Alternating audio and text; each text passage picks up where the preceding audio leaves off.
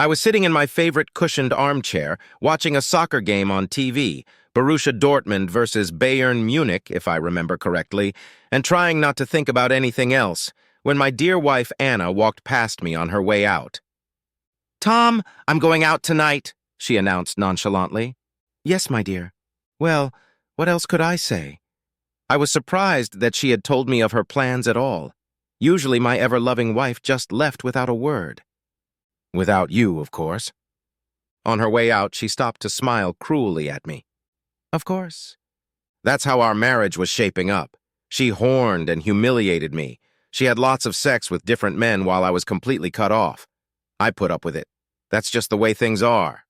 I'll hook up with some guy and let him fuck me while you sit at home waiting for me to come home. How do you like that?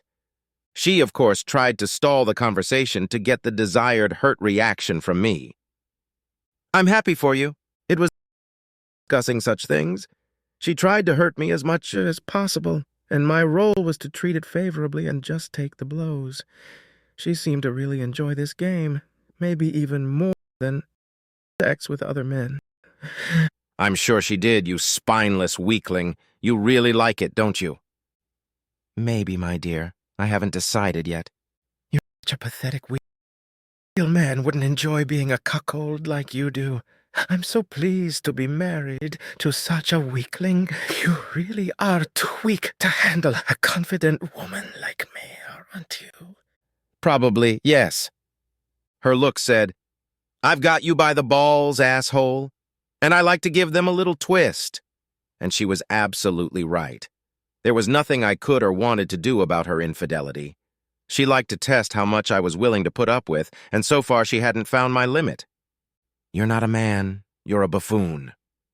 Her contempt I felt almost physically. Yes, darling, I said. I even tried to smile. Don't wait for me, kook. And with that, she was gone, my always beloved, beautiful wife. Well, she was no longer as beautiful as she had been 5 years ago when I met her. She was a charming, seductive young lady. Not model thin, but nice roundness in all the right places. She was friendly, but not overly intelligent or educated girl next door. Easy to like, easy to spend time with, easy to enjoy in bed if you didn't mind that she wasn't the sharpest tool in the shed. I realized we were fundamentally unsuited for each other, but things were going well at first. The prenup was never a problem. I just didn't need one, and she, of course, never mentioned it. I wasn't even sure if she knew what the word meant. Well, things have changed a lot since then, that's for sure. 1,826 minus 1,793 equals 33. That was an important number. 33. I thought she had explored all the ways to hurt me, but it turns out she was pretty creative. I'm thinking about making a porno movie and distributing it freely on the internet, honey. What do you think? Wouldn't that be great? Oh my God. A quiet Saturday afternoon was already history. Anna was clearly in the mood to torture me again and came up with an exciting new idea on how to do it. If it makes you happy, go for it. Of course, it would involve sex and swallowing, something I've never done for you. Of course, darling. That's probably expected in a movie like this. My lovers get it anyway, so I'm used to it by now. She actually looked happy when she was dumping it all on me. I understand. Good for you. Of course, people might recognize me as your wife. That would be hard for me. I bet. Smirking, she left me and headed for her bedroom, a room I hadn't slept in quite some time. I thought about my marriage. My wife and I hadn't had sex in almost 2 years. She certainly had plenty, as she was constantly cheating. Then began a phase of ridicule and purposeful humiliation. It was getting harder and harder. But I couldn't accept that I was going to lose her. I just couldn't. I was desperate for this woman. I really couldn't lose her. 1,826 minus 1,798 equals 28. The number 28 sounded quite normal, actually. Hi, honey, she chirped sweetly as she entered our house. Her cheerful mood usually meant she was about to administer one of her special cruelties. Hi, Anna. I tried to sound as chipper as possible until I saw that she wasn't alone. This guy seemed big, friendly, the kind of guy you imagine a typical construction worker to be. That's Martin, honey. I'm just hanging out with him. He's a construction worker. Oh, I see. Hello, Martin. Tom?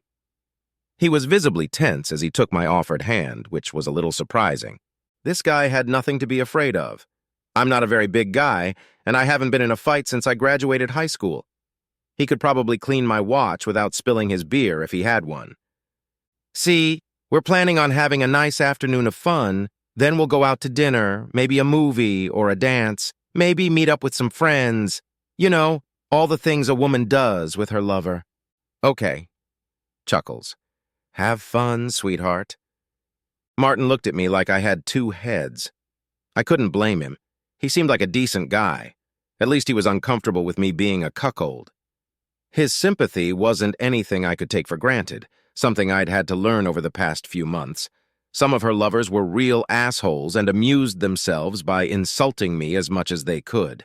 But of course I had to tolerate it if it helped me keep my wife.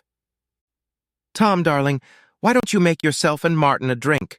And I'll have a quick shower so I can be nice and fresh for my lover. Of course, darling.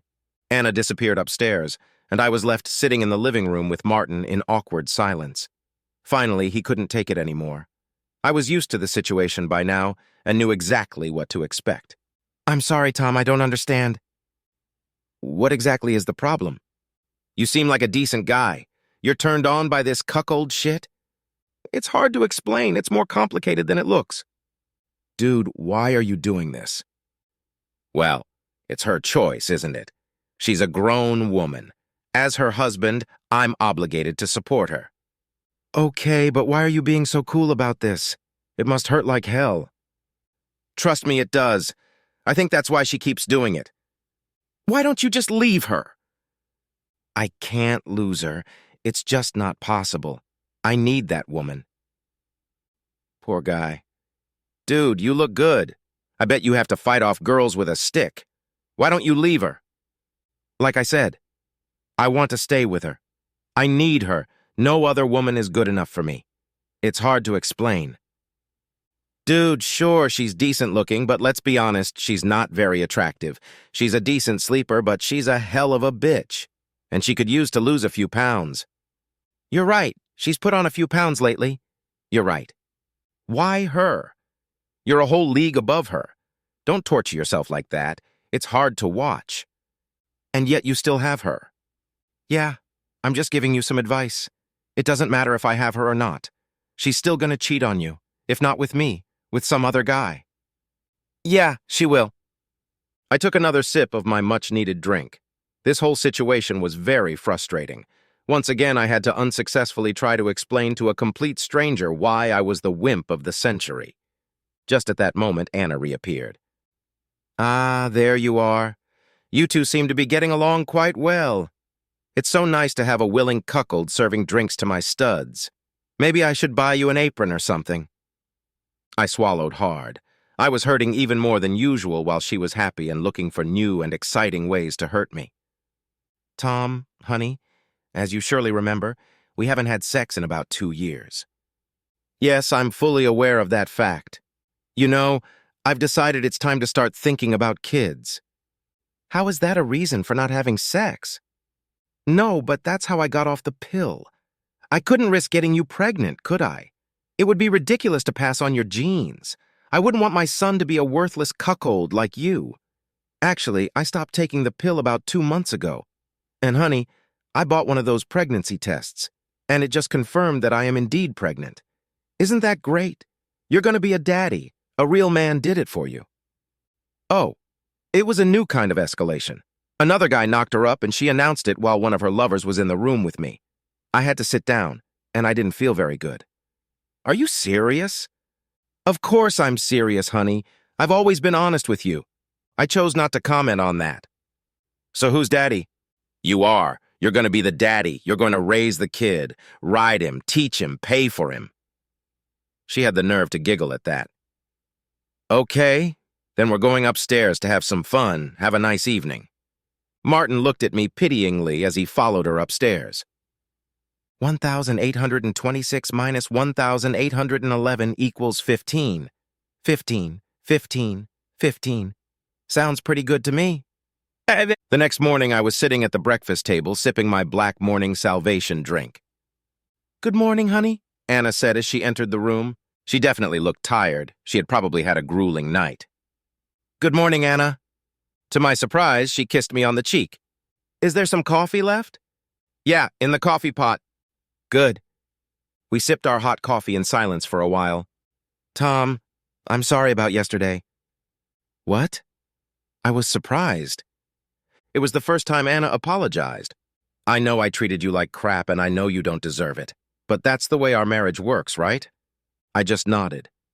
"You're so helpless when you have to put up with everything I do. I just can't stop hurting you. It makes me feel so alive, so strong. I love dominating you so much." "I understand that, honey. I know. I think it's the best way for you, too. You like it for some reason." I didn't say anything. I had nothing to say. We both knew where we stood. In the beginning, our marriage was completely different. We loved each other so much. We had so much fun. Everything was perfect. I still get warm feelings when I think back to that time. You know, it doesn't really matter who the biological father of a child is. So you were serious about that?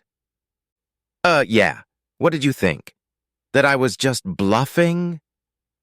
Her tone turned hard again. That moment of sympathy was just the eye of the hurricane. "No, probably not." "No, of course not." "And you know what the best part is? I went to one of those immigrant shelters when I was fertile and let them foolishly screw me. Trust me, they couldn't believe their luck when I told them to knock me up. It was fun and very satisfying for everyone but you. You know sex to make a baby is so much more fun." "Oops, sorry. Of course, you can't speak from experience." She giggled again. "Honey, you've been fucked by complete strangers without condoms, and you're not concerned about possible diseases? No. Aren't you concerned that you'll be ridiculed by friends and family when it turns out that our baby doesn't look anything like you at all?" "That would certainly be difficult." "Oh, it will be, but you'll do it for me. You're gonna hurt for me. Because you need it as much as I do, and I need it so badly. This is so much fun. There's nothing you can do about it. I can do whatever I want to you." With those words, she left the room. 1,826 minus 1,812 equals 14. I hadn't seen her for almost 2 days and figured she was out somewhere having fun with someone. What a strange marriage. But I needed her, desperately needed her. No other woman could replace her. She was the only one for me, despite her cruelty. I was getting worried and thinking of putting out a bolo for her when suddenly she burst into the living room. "Tom, my credit card is limited to $10,000 a month." No hello, no nothing, straight to the point. "Yes, dear. That's the way it's always been." "It's not gonna work. I need another 8,000 this month." "Oh, why?" "Although it's none of your business, since I own half of it anyway. I'll tell you, I'm going on a cruise with Martin, and I'm paying for both of us." "No, that's even better. You're paying. You're paying for a dream vacation with my lover. It's perfect. It's your ultimate humiliation." "I see. How long are you going on vacation?" 2 weeks in the Caribbean." "Sounds good. When are you going to leave?" Today. It's a last-minute offer. Would you be a dear and wire the money, please?" "Absolutely, sweetheart. I just want you to be happy. You're such a good little kitty cat. I'm gonna reward you someday. Maybe you'll even get a chance to touch me. Maybe I will. Or maybe you won't." She giggled as she left the room. This vacation seemed like a good idea to me. 1,826 minus 1,814 equals 12. 12 is less than 14. Oh my God. 12 has become my new favorite number. I spent 2 weeks at home alone while my wife spent a nice and undoubtedly sex-filled vacation in the sun. I had a lot of paperwork to do and quite a few things to move. "Oh, honey, I'm back." "Hi, Anna. Did you have a good time?" "Oh, I had a wonderful time. Thank you for that. You're such a sweet cuckold." "What? Did my dear wife thank me for something? Must have been a hell of a vacation." "Tom, could we sit in the living room? There's something I need to tell you." "Sure, Anna." I followed her and noticed she'd put on a few pounds again. She was no longer nicely rounded, but was on the verge of fat. Perhaps it was the result of pregnancy, but more likely it was just the result of good food on a cruise ship. Perhaps her constant sexual activity would soon come to a natural end if she continued to gain weight and lose her attractiveness. She indicated for me to sit next to her, but I opted for a cushioned chair. She was surprised at this small act of defiance and pouted briefly, but immediately relented. "Tom, I know I haven't been as loving as I could have been lately. You have endured it courageously, and it made me realize that I may have to change my views." "Okay, well, what's going on here? Has my wife had an epiphany?" "Tom, I plan on being a better wife to you in the future. Our child needs a complete family. I need you as a father, not just in appearance, but as a real devoted father." "Oh, she needed me to take care of her baby so she could have fun. That's why she had such a wonderful change of heart." "So you plan on being faithful to me from now on? End my role as a cuckold?" "Don't be silly. Of course, real men will still have me, but I'm not going to rub your nose in it as much as I have in the past. And honey, you're going to enjoy it too, at least once in a while. Isn't that nice?" Oh, that was unexpected. I wasn't prepared for having to have sex with her again. It would be like a fresh start for us. We could treat each other like we did in the beginning. "I see. You're so calm. I expected you to be happier about this." "Anna, I'm not so sure about that." "Tom, I know things haven't been easy for you lately, but I'll change. You'll see." "What kind of time limit do you have in mind?" "What? There's no time limit. We have to be a real loving family, at least while I'm home, like the ones on TV. Just the occasional lover?" "Yes. And Tom, my second child might even be yours. Biologically, I mean. It could happen." "I see." "I see? That's all you have to say? I thought you loved me and would be happy that our marriage would change." "So you think I love you, after everything you've done to me?" Now she looked a little worried. This is clearly not how she planned this conversation. Tom, you always said you needed me?" "I did, but I never said I loved you. At least not for a while." "Tom, isn't it the same thing?" She seemed completely confused. "No, it's not. I needed you, but I don't love you anymore. You see, when I was 24, I was a total bachelor. I won't say I was some kind of man whore, but close to it. I had a lot of short-term relationships. I never tried to hurt anyone, but I had no shortage of attractive women who were interested in me and no intention of settling down. You know I'm not a quarterback. I'm not a huge guy. I'm more interested in the finer aspects of life: art, cooking, classical music. Yet quite a few women, even beautiful women, have always been interested in me for some reason, so I took advantage of the opportunities I had." "You're a handsome man, Tom." "Thanks. You never told me that before. Anyway, I had an Uncle Albert. We liked each other very much, but he always disliked my lifestyle. He was always trying to convince me to settle down with one woman, the love of my life. I didn't really argue with him, but at the time, that love of my life just wasn't there. So I, to his annoyance, continued to play the field. Then he got sick, seriously sick, and realized he only had a few weeks left. He told me that he would love to be at my wedding, but that obviously wasn't going to happen. But he could still arrange it. I didn't realize what he meant at the time and just let it pass by. I was too busy saying goodbye to my friend. I knew he was rich, though he lived a simple life. But it wasn't until after his death, when his will was read, that I realized how rich he was. You know, he was a bore, but still, we liked each other.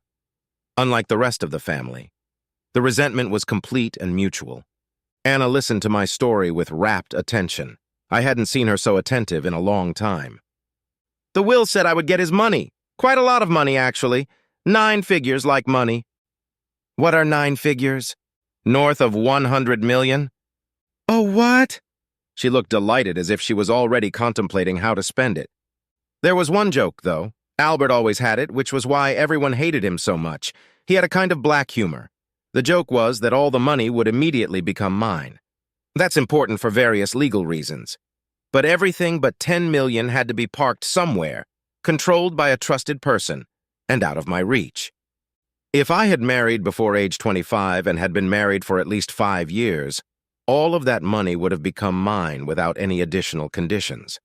If I failed to do so, all but 10 million would go to some tree huggers. So I needed someone to be married to for at least 1,826 days. Wow, and that's why you married me? Yeah. Out of nowhere, you showed up. Beautiful. Nice. You seemed to like me, and you practically threw yourself after me. It was the perfect opportunity, and I didn't have much time anyway.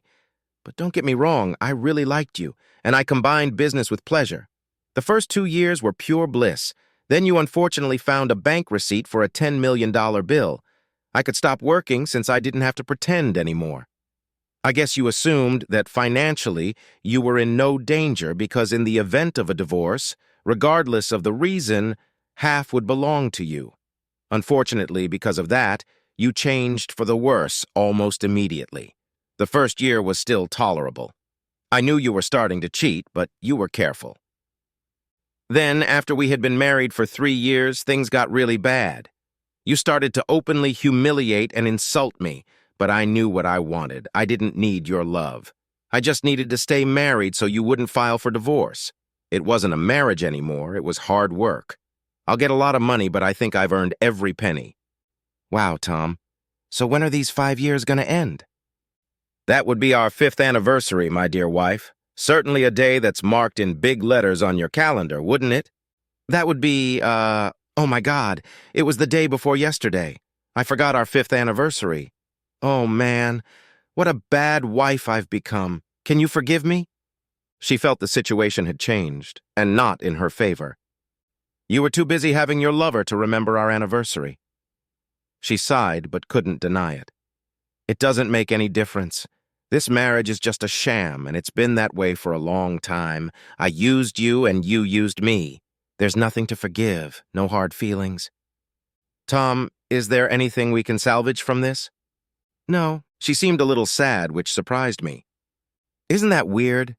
I came home wanting to change our marriage for the better, and I found I'd already destroyed it a long time ago. Yeah. She suddenly looked happy again. But at least I'll get $5 million. That's a decent sum, I'd say.